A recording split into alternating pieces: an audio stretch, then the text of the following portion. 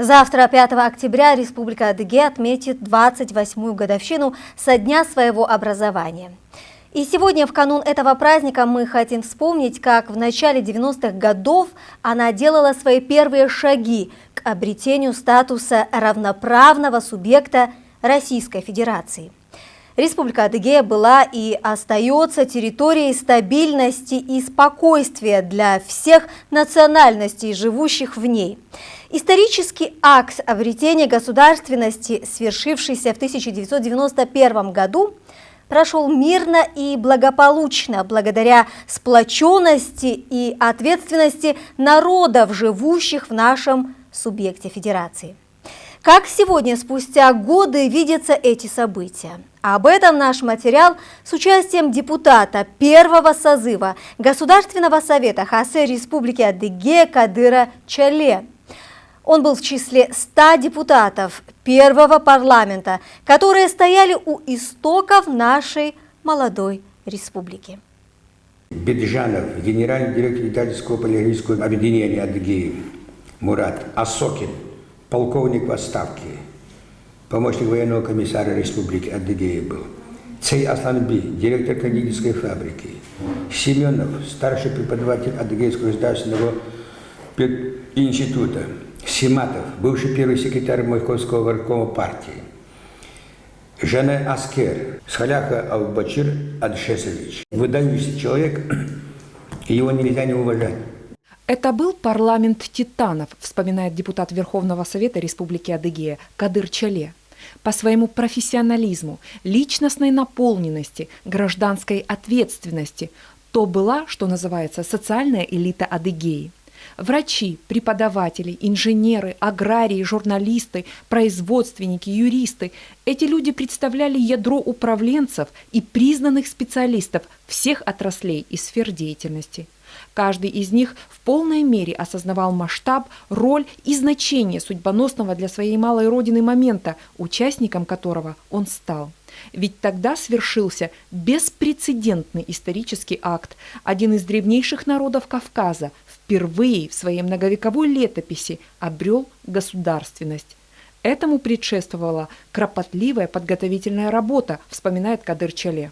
Очень большая заслуга тех ребят, комитет 40, значит, депутатского корпуса облисполкома, который заложил начало повышения статуса Адыгейской автономной области.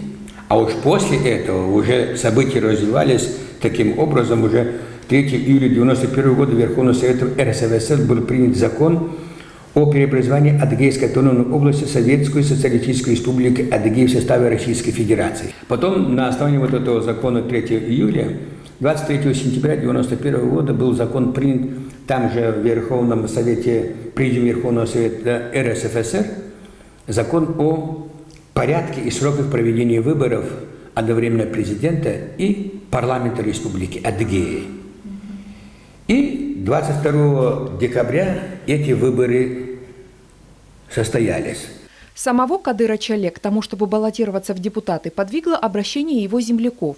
Когда в Адыгее началось выдвижение кандидатур в парламент первого созыва, многие жители Афипсипского округа посчитали, молодой перспективный юрист, только что назначенный на должность прокурора Тахтамукайского района, и есть та фигура, которая сможет достойно представить их интересы в законодательном органе молодой республики и внести значительный вклад в ее становление. Исход выборов показал, люди возлагают на Кадыра Чале большие надежды. За него отдали свои голоса более 1300 избирателей. Это было подавляющее большинство. Так он вошел в число 100 депутатов первого созыва, которому предстояло заложить основы нормативно-правовой базы нового, самостоятельного, полноправного субъекта Российской Федерации, которым стала Адыгея. В выполнении почетной исторической миссии, которая выпала на долю первого парламента Адыгеи, большую роль сыграли депутаты от Тахтамукайского района. Это было яркое созвездие профессионалов, представлявших различные отрасли нашего района. Это были люди, обладавшие высоким авторитетом, мощной харизмой, перспективным мышлением. И, наконец, это были патриоты родной земли, всей душой болевшие за многонациональный народ Адыгеи. Вот этот список. Демчук Николай Васильевич, глава администрации Тахтамукайского района. Тлеуш Адам Хусенович, он был избран председателем парламента первого созыва. Тлеуш Аскерт Загаштович, начальник Тахтамукайского отделения «Союз печати». Совмис Асланби Хаджиметович, директор Адыгейского народного предприятия «Пищевик».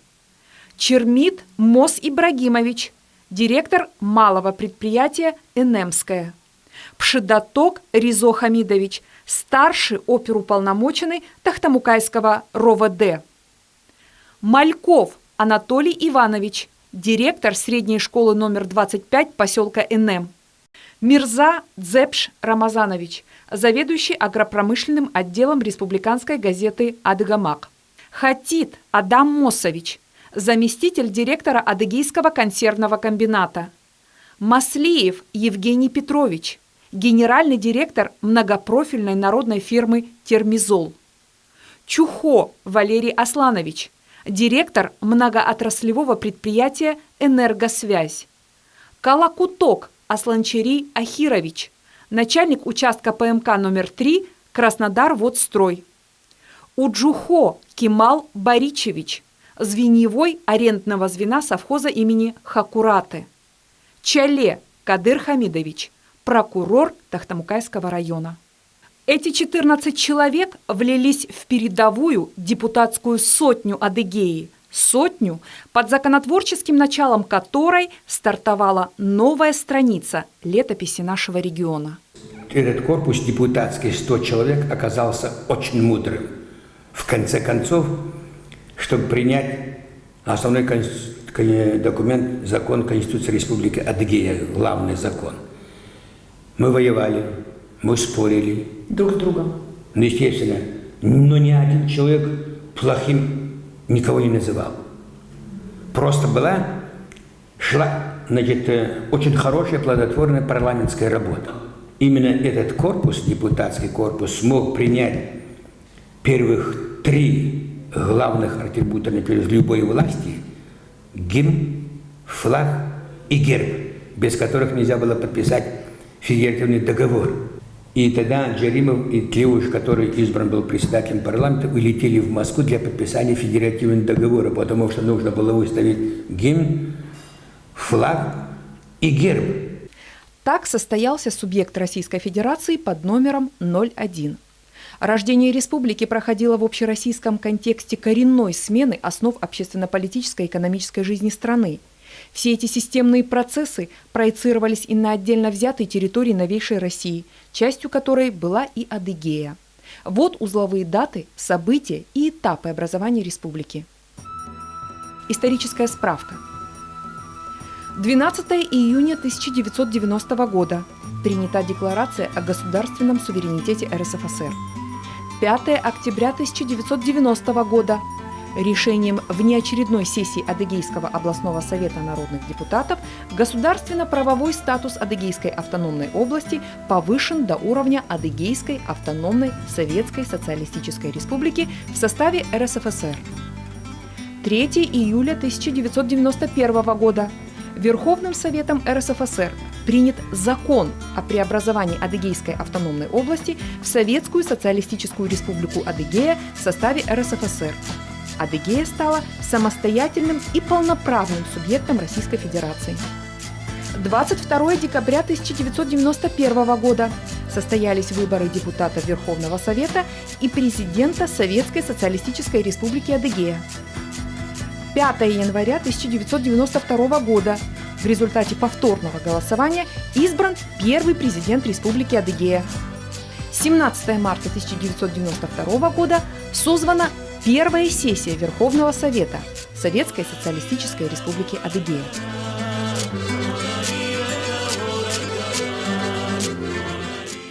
Так началась наполненная острыми дискуссиями и спорами законотворческая деятельность первого парламента молодой республики. Депутаты работали в непростых условиях напряженных взаимоотношений центра и регионов России. В тяжелой обстановке обновления идеологических, социально-культурных и экономических ориентиров страны, которая практически отказалась от старого уклада жизни и вырабатывала новый. Зачастую в разработке многих нормативных актов первому парламенту Республики Адыгея приходилось идти неисследованным путем, преодолевая противоречия, разногласия, как внутренние, так и внешние. Но как бы то ни было, он оказался очень эффективным и продуктивным в решении поставленных задач. Он справился, резюмирует Кадыр Чале. Благодаря мудрости людей, проживающих на территории Республики Адыгея, и мудрости депутатского корпуса, и политической воли всех, и президента Республики Адыгея, мы стали полноправным субъектом Российской Федерации. Каждый депутат, после слов, сказанных Ельциным, вы можете все себе позволить, говорил все, что считал нужным. Но это, например, на пользу шло, потому что другой депутат получал пищу для того, чтобы поразмыслить и по своему усмотрению дать правильный ответ или правильное предложение. Это было взаимообогащающаяся, значит, перепалка, что ли, назовите как хотите, да? Но диалог был, но это, я скажу, это был депутатский корпус очень сильный. Когда Адыгея принимала государственные символы, а это герб, гимн и флаг, наиболее острые споры разгорелись вокруг последнего, вспоминает Кадыр Чале. Депутатский корпус Майкопа, Майкопского района, Ягинского района, в большей степени они, значит, предлагали, чтобы вот этот флаг, который принят, не в таком виде, чтобы это был. В каком? Все считали, что зеленый фон – это фон ислама. Ага. Мы говорили, что это природа Республики Адыгея, когда Бог распределял земли между народами, адыги остались без земли. Они обратились к Богу и говорят: о Боже, что ж ты делаешь? Мы же остались это самое. И он говорит: да, у меня есть самый, говорит, золотой. Что я себе оставил? Да, что себе оставил. Но она вам не принесет счастья. Но я вам даю. Но люди думали, что это знамя ислама. Хотя этот флаг был еще в 836 году, был уже сделан, там было 8 звезд сначала. А потом уже в 839 году этот флаг уже с 12 звездами адыгов. И он не мог никак быть флагом ислама. Да и сегодня я не думаю, что адыгский народ стал настолько исламизирован в этом плане. Сегодня флаг Адыгеи – это нечто большее, чем символ государственности одного из субъектов Российской Федерации. Это объединяющее начало для всех черкесов, которых судьба разбросала по миру. И этот звездно-зеленый стяг, который вспыхивает в разных точках планеты, свидетельство того, что историческая, генетическая память народа жива. Его сердце бьется, стучит, гордится, взывает.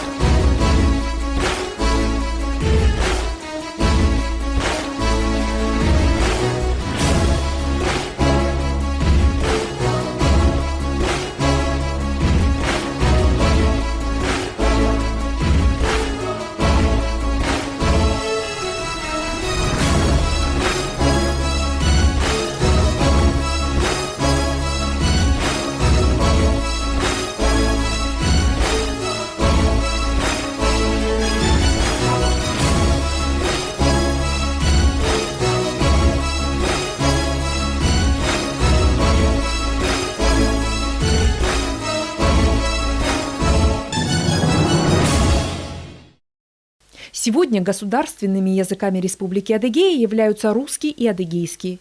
Принятие этого законодательного акта позволило обеспечить их равноправное функционирование и создало все условия для широкого изучения языка, литературы, истории и искусства одного из коренных народов Кавказа – адыгов. И это тоже результат долгих и плодотворных исканий, диспутов, которыми характеризовалась работа депутатов первого созыва. А без языка нету культуры. Нет, значит, история. Карл Маркс сказал о своем друге Фридрихе Энгельсе «человек мира», потому что он знал 24 языка. И я был бы рад знать очень много языков. Тогда я стал бы еще культурнее, намного образованнее. И депутатский корпус согласился с нами, и мы приняли эту статью. Она действует, никому вреда не наносит абсолютным образом. Следующей ступенью слаженного коллективного труда парламентариев первого созыва стало принятие основного закона Республики Адыгея.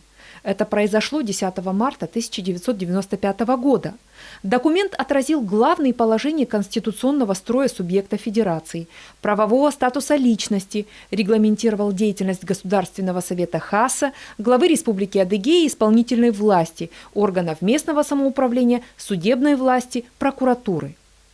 Кадыр Чале, будучи опытным высококвалифицированным юристом, внес большой вклад в разработку текстов статей Конституции. Это был продолжительный, скрупулезный процесс. В итоге, с принятием основного закона, правовое оформление государственности Республики Адыгея завершилось. Для региона окончательно открылись возможности стабильного экономического роста, развития его научного, культурного и спортивного потенциала.